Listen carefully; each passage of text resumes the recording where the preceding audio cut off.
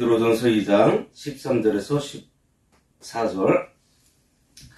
인간의 모든 제도를 주를 위하여 순종하되 혹은 위에 있는 왕이나 혹은 그가 악행하는 자를 징벌하고 선행하는 자를 포상하기 위하여 보낸 총독에게 하라. 오늘 말씀의 제목은 주를 위해 질서에 순종하라입니다. 베드로전서 2장 11절부터 새로운 단락이 출발한다고 말할 정도로 이 2장 11절부터는 앞에 있는 내용과 큰 변화를 만드는 부분이라는 것을 우리가 다시 한번 기억하면서 오늘 본문을 들어가면 좋겠습니다. 베드로전서가 약간 어려울 수도 있다고 보는데 베드로전서만이 아니죠. 사실은 신약 성경에 있는 이 서신서들에서 비슷한 어려움이 있는데 이 어려움이 다른 게 아니고요. 압축했기 때문에 그래요. 그 속에 담겨있는 내용은 풍성한데 그 담겨있는 내용을 이렇게 압축해 놓아서 이것을 풀어서 말을 하자면 아마 그 책을 감당하기가 어려울 것이다 이런 생각을 하게 됩니다. 그래서 이게 압축을 하는 그 과정에 당연히 이것이 좀 어려울 수밖에 없고요. 신약 서신서만이 아니죠. 구약의 예언서들도 선지서 같은 말씀도 역시 압축되어 있는 말씀이라고 할 수 있습니다. 그런데 베드로전서 같은 경우에는 초대교회 시대에 처음 믿는 사람들에 대한 지침서, 요즘 말하자면 세례 교육이라고 할까요? 하여튼 처음 믿는 사람들의 교육의 용도로 사용되었다고 할 정도로 아주 체계적으로 우리가 뭐를 믿는지 어떻게 살아야 되는지를 잘 알려주는 성경 말씀이다. 이렇게 얘기할 수 있습니다. 2장 11절 말씀은 핍박을 받아서 흩어진 나그네의 삶을 사는 초대교회 성도들에게 가장 직접적으로 권면하는 말씀이에요. 믿음의 싸움을 할 것을 권면하고 있습니다. 너희들은 나그네와 거류민 같은 신분을 가지고 이 세상에 있기 때문에 이 세상에 안주하지 말고 믿음의 싸움을 하며 살아가야 한다. 이렇게 말씀하고 있어요. 그동안 11절과 12절을 두 번에 걸쳐서 우리가 봤는데요. 오늘 13절에 나오는 말씀은요. 이 싸움에 대해서 구체적으로 말씀하고 있습니다. 그 내용이 우리의 싸움이 우리의 선한 행실이라는 거예요. 13절과 14절 보겠습니다. 인간의 모든 제도를 주를 위하여 순종하되 혹은 위에 있는 왕이나 혹은 그가 악행하는 자를 징벌하고 선행하는 자를 포상하기 위하여 보낸 총독에게 하라. 다시 말해서 말로 이기는 게 아니고요. 우리의 선한 행실을 가지고 이 세상을 이겨야 하는데 우리를 악행한다고 비방하고 핍박하는 이 세상 사람들을 이 말이 아닌 선한 행실로 이겨야 한다. 이렇게 말씀하고 있어요. 그럼 우리의 선한 행실이라는 것이 구체적으로 무엇인지 오늘 본문 13절부터 14절에서는 좀 소극적인 행실에 대해서 말을 하고 있고 15절부터 17절에서는 적극적인 행실에 대해서 말하고 있습니다. 선한 행실을 가지고 우리를 비방하는 자들을 이긴다고 할 때 우리가 보여줄 선한 행실에 대해서 이렇게 지금 구분지어서 설명하고 있어요. 우리가 보여줄 소극적 선한 행실이라는 것이 뭔가 하니까 13절에 보면 인간의 모든 제도를 주를 위해서 순종해라 이렇게 말씀하고 있습니다. 우리가 보여줄 선한 행실로 이 세상에서 우리가 살아가는 것이요 인간의 제도를 순종하는 것이다 이렇게 말씀하고 있습니다. 여기 인간의 모든 제도라고 하는 것은 믿는 사람들을 대상으로 하는 내용이 아니고 믿고 안 믿고를 떠나서 우리가 이 땅에 살고 있기 때문에 이 세상의 질서, 사회 질서, 국가 질서, 믿지 않는 사람들과 함께 모여 섞여 살고 있는 이곳에서 우리가 만나게 되는 그 모든 질서를 말하고 있어요. 이 모든 제도라고 했습니다. 그거를 순종하라 이렇게 말씀하십니다. 우리가 속한 사회 그리고 국가 그리고 우리가 속한 직장에서의 질서입니다. 그 질서에 순종하라 이렇게 말씀하는데 이게 기본적인 전제예요. 한마디로 뭐라고 표현할 수 있는가 하면 하나님 백성은 이 세상 질서 속에서 훌륭한 시민이 되는 것이다.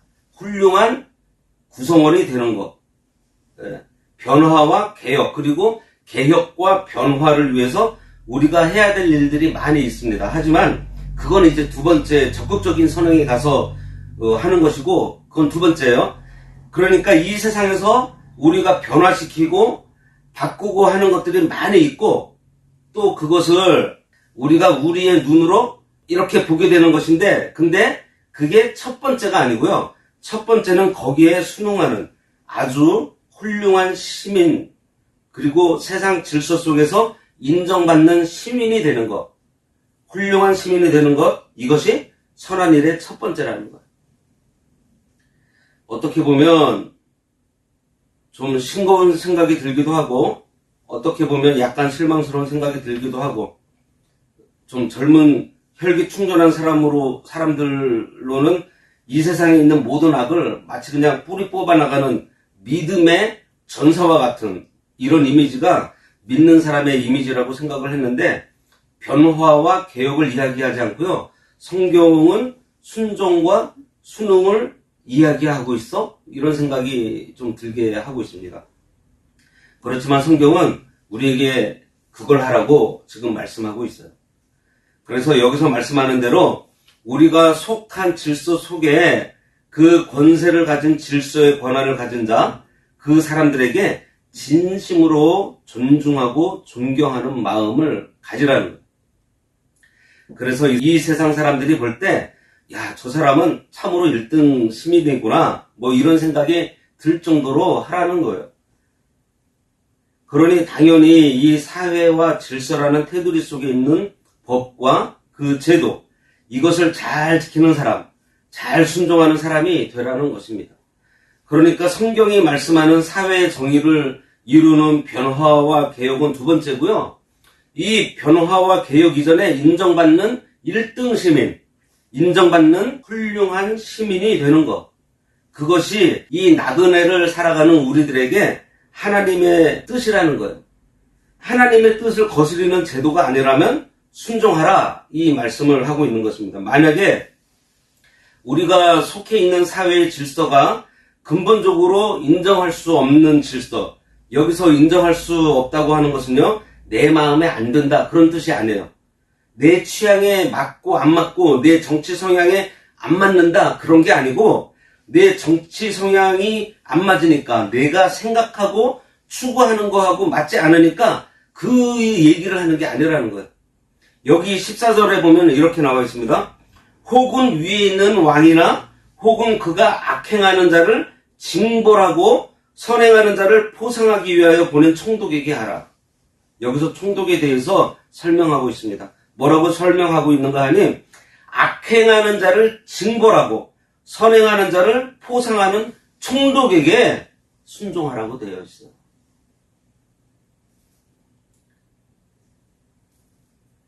그러니까 이 총독이 성향도 마음에 안 들고 정치 성향도 마음에 안 들고 별로 사람이 대단해 보이지도 않고 인격적으로 흠이 많고 그런데도 이 총독이 하는 일이 악을 징벌하고요. 선을 포상하는 일종의 말 그대로 도덕을 세우는 기본적인 질서의 권한을 가진 사람이 맞다고 한다면 그는 우리가 순종할 대상이 맞다. 이 얘기를 하고 있는 것입니다.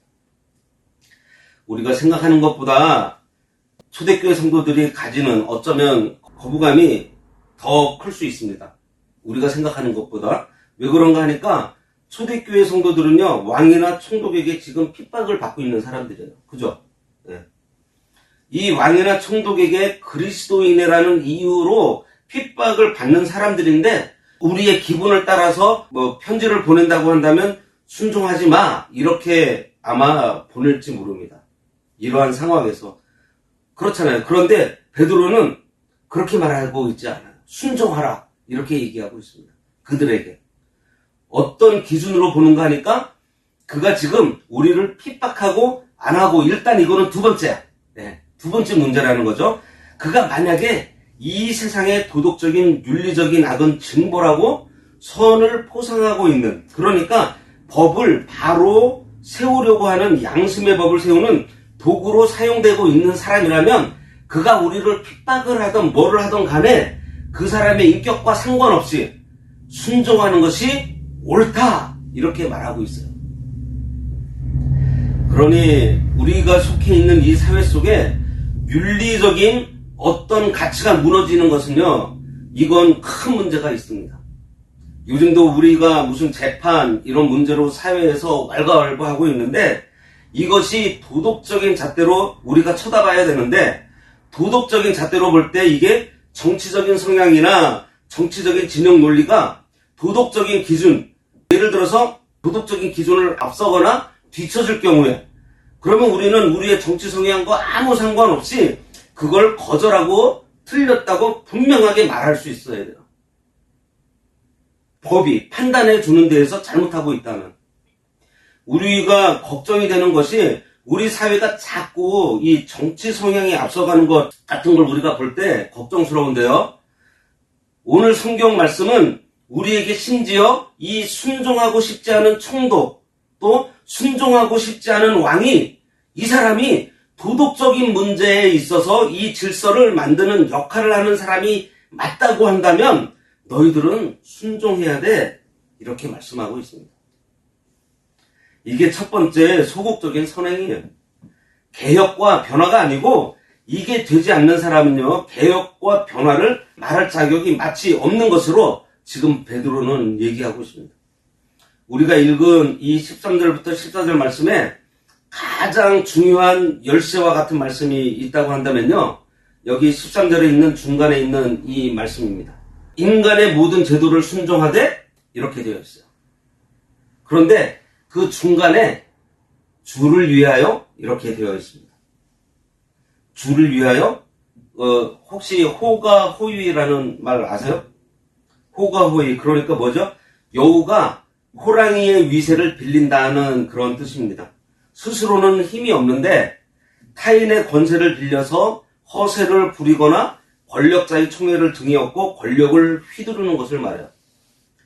여우가 호랑이하고 같이 가는데 다른 동물들이 여우 앞에서 머리를 숙이고 있어요.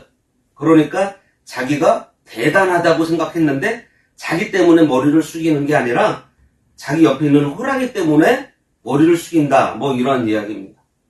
그래서 옆에 있는 호랑이의 위세를 빌려서 위세 등등하게 하는 그런 이야기가 호가호위인데, 우리 앞에 있는 왕이나 총독에게 순종할 때 이 왕이나 총독이 무섭다거나 그 왕이나 총독 자체의 인격이 대단해서가 아니고요, 그 왕이나 총독 배후에 계시는 그들도 알지 못하는 영광의 하나님께서 그 사람에게 권한을 일시적으로 허락해 주신 것이기 때문에 우리는 왕이나 총독에게 순종하는 것이 아니라, 사실 엄밀하게 말하면 주를 위해서 순종한다는 거예요. 하나님을 보고 우리가 순종을 하기 때문에 만약 그 사람들이 자기가 대단하다고 생각을 하고 있다면 그거는 그 사람이 앞으로 책임을 감당해야 될 것입니다. 아마 많이 맞을 거예요. 바벨론이 그랬잖아요. 하나님 앞에서 나중에 많이 심판을 받게 될 것입니다. 자기 때문에 순종한 것이 아니거든요. 그렇기 때문에 우리가 보이지 않는 하나님을 순종하는 마음을 가지고 눈에 보이는 왕과 총독에게 순종을 하는 거예요. 근데 만약에 그 왕과 총독이 윤리를 뒤집는, 근본적으로 윤리 자체를 뒤집어버리는, 그러니까 법질서 자체를 뒤집어버린 그런 일을 할 때에는 어떻게 해야 되겠어요? 그때는요, 순종할 수 없습니다.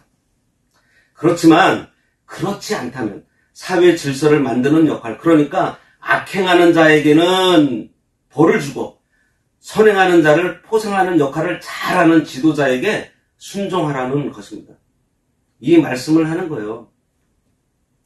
우리에게 롤 모델이 하나 있어요. 성경이 보여주는 아주 참 좋은 롤 모델이 하나가 있는데, 물론 사실 한 명은 아니지만 오늘 여기 예를 들어보면 열왕기상 18장에 나오는 오바댜라는 인물입니다. 엘리야가 활동하던 시대에 엘리야가 이 악한 군주 아합과 대치하고 있는 상황에서 악한 군주 아합의 궁전 안에서 아합 바로 옆에서 아합을 섬기는 국내 대신과 같은 역할을 한 사람이 바로 오바댜예요. 처음에 엘리야는 이 오바댜가 권력의 시녀 같이 생각을 했기 때문에 오바댜에 대해서 쌀쌀맞게 대했어요.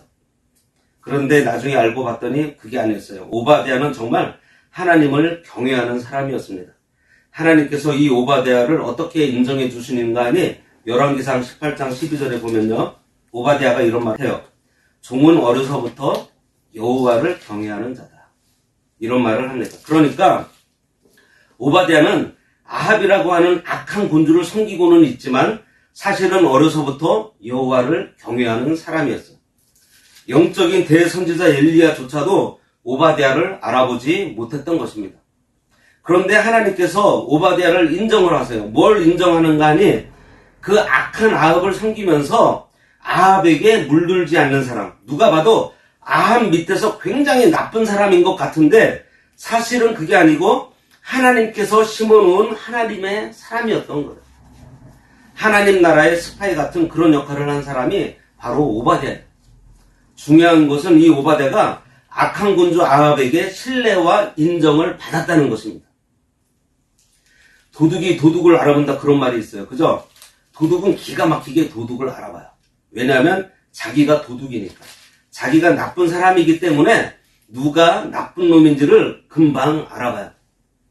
어느 누가 나쁜 사람에게 자기의 모든 권세와 재물을 다 맡기는 집사라는 역할을 맡길 수 있겠어요? 아니잖아요. 그죠? 자기는 도둑이지만 자기의 모든 재산과 권리를 책임질 사람은요, 자기 같지 않고 깨끗한 사람을 골라내는 재주를 또 가지고 있어요. 그래서 독재자 밑에 있는 사람 중에는요, 나쁜 사람들도 있지만 정반대인 사람들이 있을 수 있는 이유가 여기에 있습니다. 그 독재자가 찍는 사람이 굉장히 괜찮은 사람을 찍는 경우가 있어요. 왜냐하면 자기 재산을 지켜야 하니까. 마치 이와 같이 오바댜가 그런 사람이었습니다. 그러니까 아합에게 굉장히 충성스러운 것 같은데 사실 알고 봤더니 아합에게 충성한 것이 아니고요. 하나님을 위해서 충성했던 거예요. 어쩌면 우리는 어떻게 그 아합 밑에서 일을 할 수 있지? 정말 정직한 사람이라면 그 자리를 박차고 나오는 것이 옳지 않은가? 이렇게 생각할 수도 있습니다. 그러나 나중에 엘리야가 바알에게 무릎 꿇지 않은 7,000명을 남겨두었다는 하나님의 말씀을 들었는데요. 그 7,000명이 남겨질 때 그 역할을 바로 오바댜가 했던 거예요. 엘리야는 그 일을 하지 못합니다. 엘리야는 야인과 같이 하나님 말씀을 선포하는 역할을 했지 엘리야가 궁에 들어가서 하나님의 사람을 어떻게 길러낼 수 있었겠어요? 불가능해요. 근데 이 역할을 누가 했는가 하니 오바댜가 한 거예요. 그러니까 좀 넓은 눈으로 보자면 엘리야도 대단했지만 어떻게 보면 엘리야보다 더 대단한 일을 한 사람이 오바댜라고 할 수도 있습니다. 정말 위대한 사람이에요. 그래서 이 사람은요, 언제든지 아합을 배신할 준비가 되어 있는 사람이었습니다. 그냥 배신이 아니라 배신을 위한 배신이 아니고요. 하나님께서 이제 너는 떠나라고 할 때 언제든지 떠날 각오를 하고 있는, 그렇지만 자기가 있어야 되는 시간까지는 최선을 다해서 그 자리에서 자기 역할을 감당하다가 하나님께서 떠나라고 하실 때 두 번도 생각하지 않고 손 탁탁 털고서 떠날 수 있는, 이게 나그네와 거류민 같은 역할 아니에요? 위에 있는 권세에 순종하는 사람인 것 같은데 실제로는 하나님 앞에 충성된 사람, 우리가 이런 사람이어야 한다는 거예요. 그래서 심지어는 이 악한 아합에게서조차 인정을 받았던 사람, 아합에게서조차 야, 저 사람한테 내 재산을 맡기면 적어도 도둑질은 안 하겠구나 라고 인정을 받았던 사람이 오바댜입니다. 그러니까 우리도 그렇게 되라는 거예요. 개혁과 변화는요, 그 다음에 우리가 해야 될 과제이겠지만 그 전에 우리는 이 세상에 악인들과 공존을 하고 있어요. 만약에 악인들과 공존을 안 할 것 같으면 우리는 당장 그냥 떠나 버려야 돼요. 이 세상을 떠나야 합니다. 그럼 이 세상을 다 떠나면 어떻게 돼요? 안 된다는 거예요. 이제 말씀을 마쳐야 되겠는데요. 우리가 좀 한 가지 기억을 했으면 좋겠습니다. 우리가 이 세상 사람들과 공존을 할 때 위에 있는 권세자들에게 인정을 받아야 한다는 거예요. 나쁜 짓을 해서 인정받는 것이 아니고 뭐 딴 걸 해서 인정받는 것이 아니고 예수 믿는 사람은 뭔가 달라도 다르네. 도덕적으로나 윤리적으로나 인정할 만해. 참 성실하고 진실한 사람이야. 이런 인정을 받는 거예요. 직장 상사에게 인정받아야 합니다. 직장 상사에게 실력으로 인정을 받으면 좋겠지만 가진 실력이 적더라도 성실함으로 인정을 받아야 하는 것. 하나님께서 사람을 세우실 때 책임자의 눈으로 볼 때는 안 보고 싶어도 전부 다 보일 수밖에 없습니다. 그러니까 저 사람은 실력은 좀 부족하지만 저 사람은 반드시 있어야 된다는 생각을 할 수밖에 없는 사람. 왜 그런가 하니까 다른 모든 사람들의 분위기가 이게 들쑥날쑥 성실한 사람, 뭐 성실하지 않은 사람, 뭐 이런 사람들이 많이 있지만 한 사람이 정말 탁월하게 성실하고 탁월하게 책임감이 강하고 깨끗하고 그런 사람이 눈에 보이면요. 그 사람이 빠지면 다른 사람들의 이 기준이 다 무너지기 때문에 절대로 그 사람을 놓칠 수 없다는 거죠. 그 사람이 없으면 기강이 다 무너져 버려요. 우리가 하나님 백성으로 이 빛으로 소금으로 살아갈 수 있는데 오늘 우리에게 빛과 소금의 역할을 하라는 그 말씀입니다. 그러니까 위에 있는 권세자들에게 우리가 순종하는 것은요. 하나님을 위해서 하는 것으로 우리가 하나님과 세상의 권세자 모두에게 인정받는 삶을 사는 거예요. 하나님께서 우리에게 요청하는 것이 바로 여기에 있습니다. 오바댜 다시 한번 생각해 보세요. 세상에 가장 악한 아합에게 인정을 받을 정도였다면 이 사람은 도대체 어느 정도였을까? 하나님을 보면서 흔들리지 않고 딱 하고 자기 자리를 잡고 설 수 있는 사람. 그 사람을 하나님께서는 하나님 백성으로 인정을 하는 오늘 말씀이 바로 그 말씀을 하고 있다는 것입니다. 기도하겠습니다. 하나님 아버지, 저희들 하나님의 백성으로 이 세상을 살아갈 때에 권세와 제도와 질서에 순종하라고 하셨사오니 그리스도인으로 이 세상에 살면서 어느 누구보다 법과 질서를 잘 지키며 성실함과 진실함으로 살아갈 때 저희들에게 지혜와 분별력을 주셔서 하나님의 뜻 안에서 순종하게 하여 주시고 언제나 바른 선택을 하여 하나님께서 인정하시는 의인의 길을 걸을 수 있도록 인도하여 주시옵소서. 아멘. 예수님의 이름으로 기도드리옵나이다. 아멘.